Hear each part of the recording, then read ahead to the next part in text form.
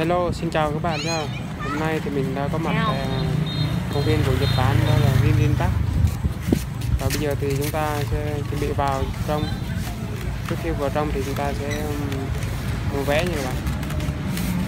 Trước cổng đây hôm nay thì rất là khá là đông. Hôm nay chắc ngày lễ nên là đông.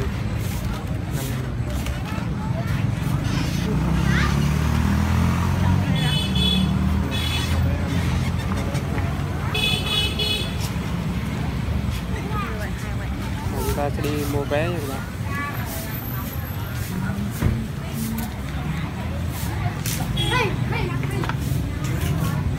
Vé dành cho người lớn thì là 70.000, trẻ em là 40.000.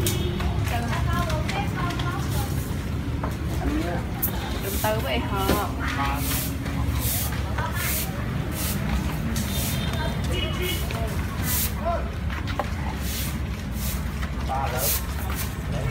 Như các bạn thấy thì hai bên thì là toàn là vườn trúc thôi.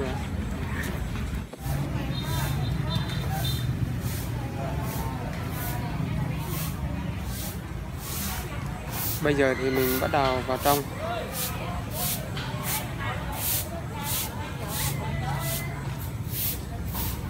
Đây là cây hoa đào.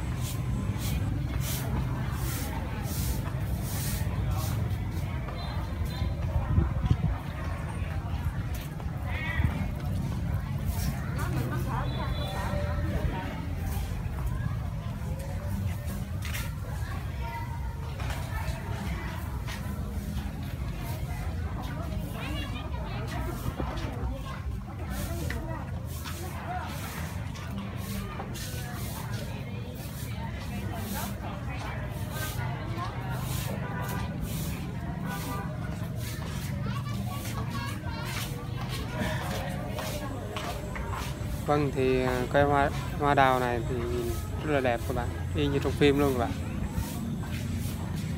Hoa của nó quá đẹp. Lần đầu tiên thì mình mới thấy được cây hoa đào như này,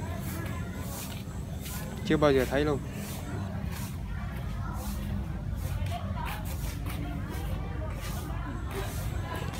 Ở Sài Gòn thì các bạn nên qua đây thử một lần để thấy những phong cảnh ở đây rất là đẹp. Chút nữa mình sẽ dẫn các bạn đi vòng quanh ở đây. Nếu mà các bạn thấy cái video này hay thì hãy share cho mình nhé.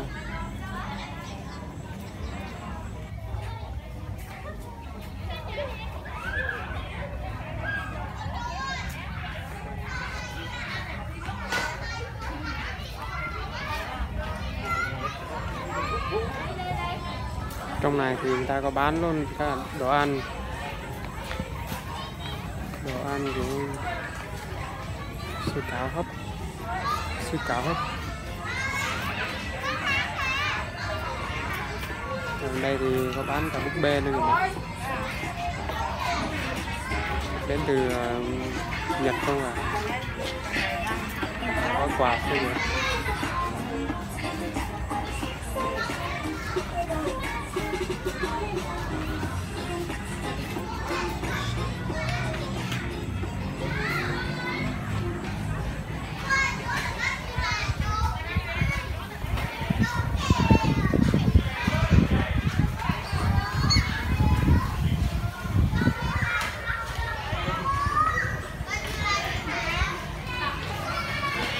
Xin chào các bạn đi.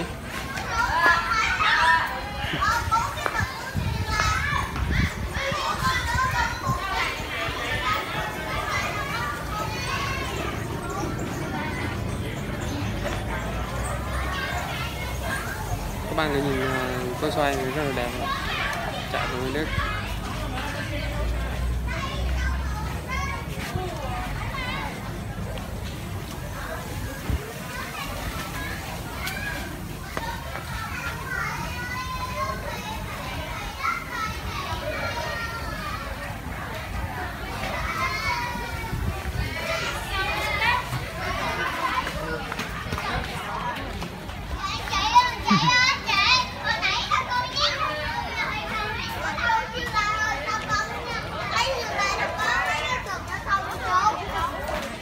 đây thì có bản đồ rồi các bạn.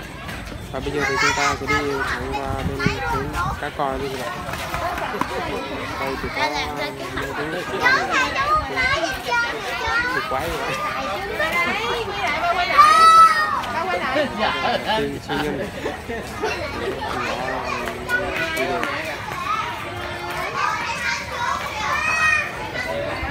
Đây.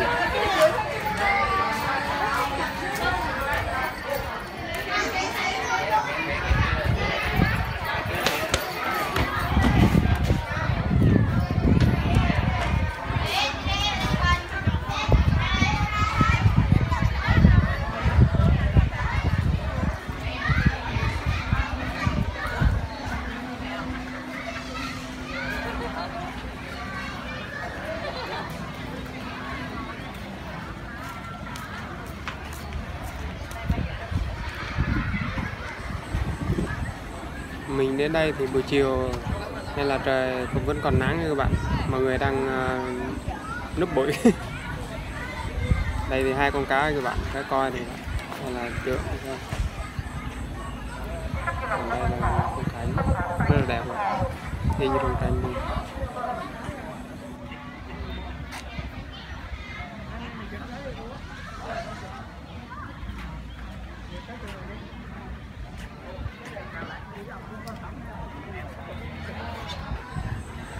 Các bạn ở Sài Gòn thì mà không qua đây thì chắc phí lắm các bạn ạ.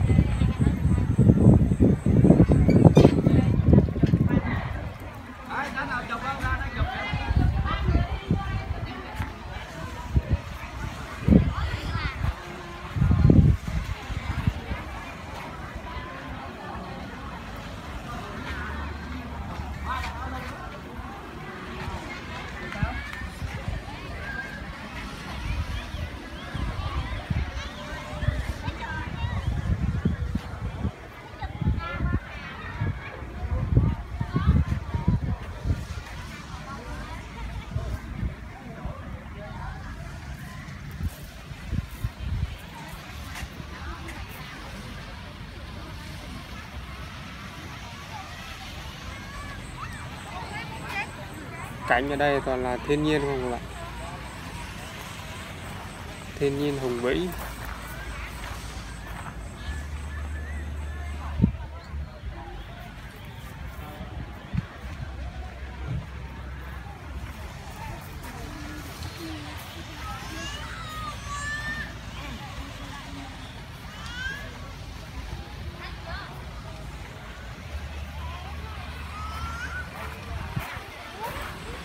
Hoa đào này có màu đỏ đấy các bạn. Lần đầu tiên mình thấy được hoa đào.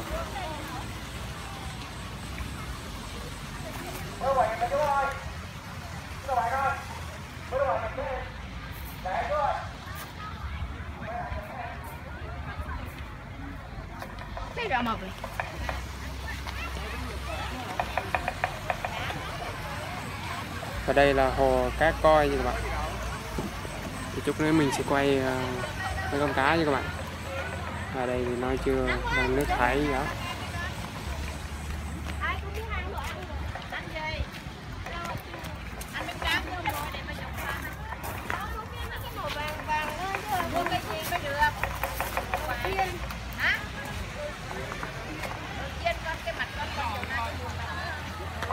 Không lên cỏ, không đạp tay trên số hồ, không qua khu vực thác nước, xin cảm ơn. Đây chính là video chính của mình các bạn, mà các bạn muốn cho các bạn xem. Cá ở đây rất là nhiều màu. Coi. Lúc mình sẽ qua bên kia mình quay cá coi gần hơn các bạn. Huy lòng không lên cỏ.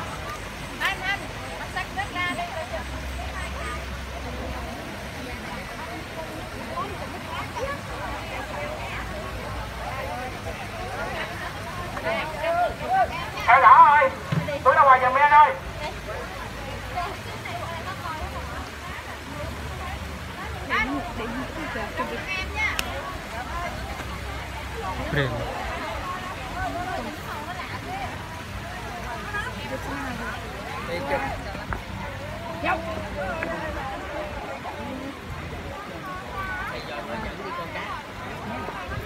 Bữa nay cá mới đẹp mà. Đi gọi dẫn ra đây coi cá.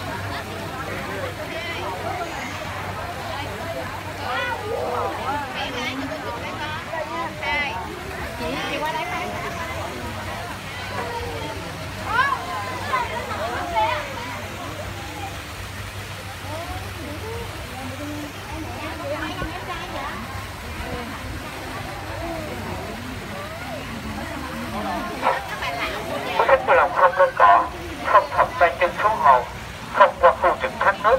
Xin cảm ơn.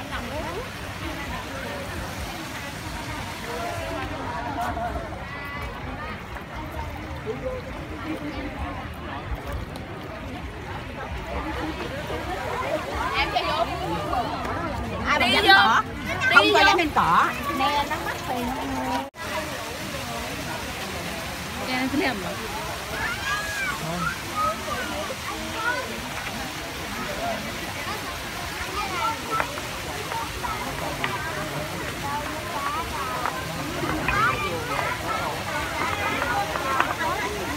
Mình phải đầu hết rồi đúng không?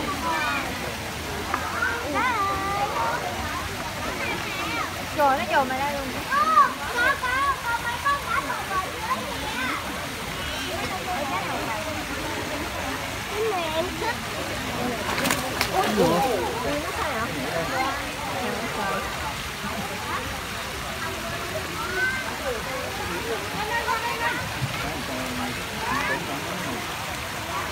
Thì để giật mình luôn. Cái nào kia?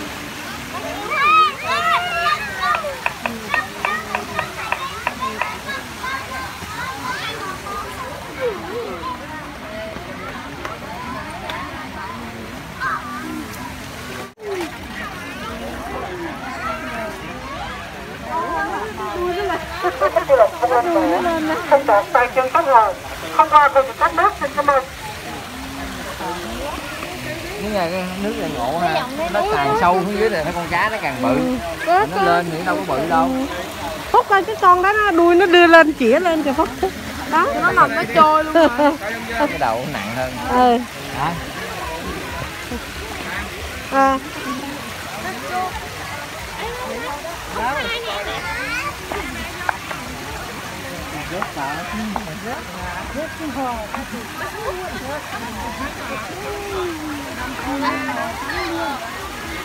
Khách vui lòng không lên cỏ, không thọc tay chân xuống hồ, không qua khu vực thác nước. Xin cảm ơn.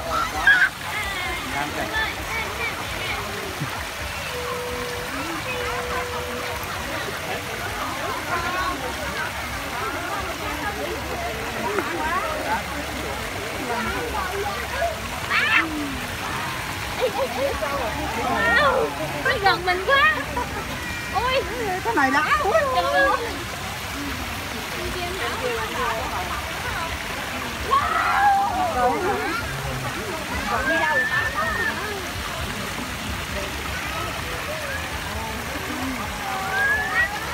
Đây cá rất là nhiều màu. Đây cá ở đây chắc cũng một con chắc cũng mấy chục triệu các bạn. Cá này chỉ có Nhật Bản thôi.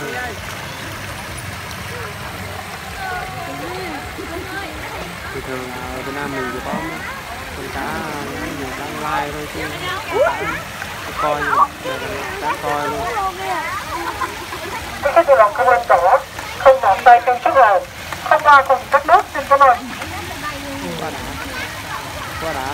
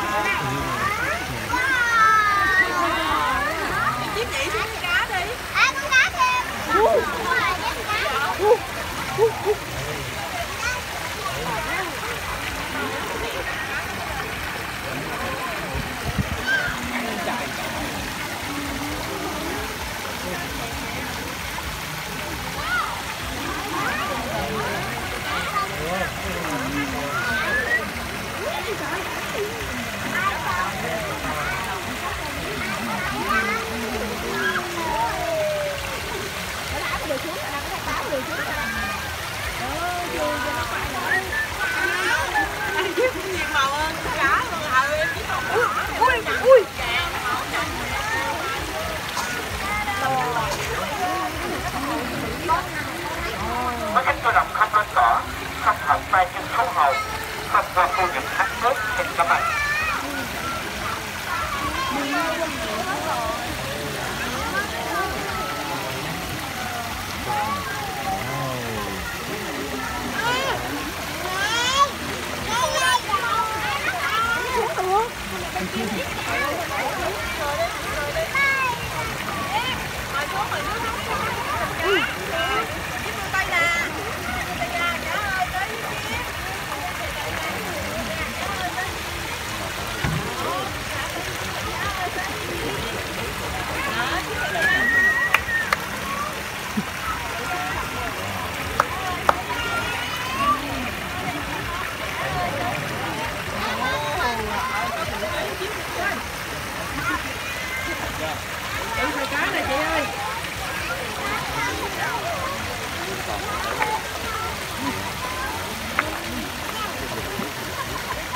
Quý khách vừa lòng không lên cỏ, không thọc tay chân xuống hồ, không qua khu vực thác nước. Xin cảm ơn. Vâng, thì video mình sẽ kết thúc ở đây. Nếu các bạn thấy hay thì hãy share cho mình nhé. Đừng quên bấm đăng ký để theo dõi video mới nhất của mình nhé. Và bây giờ thì xin chào các bạn nhé.